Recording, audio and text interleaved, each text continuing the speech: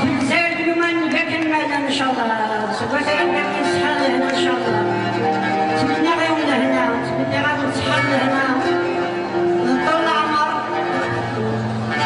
العسلامة العناية ما يسمى فرح يسون لا سكيدا قالوا ديلون أو نصفرق دايما ربي في حاله يا الأحباب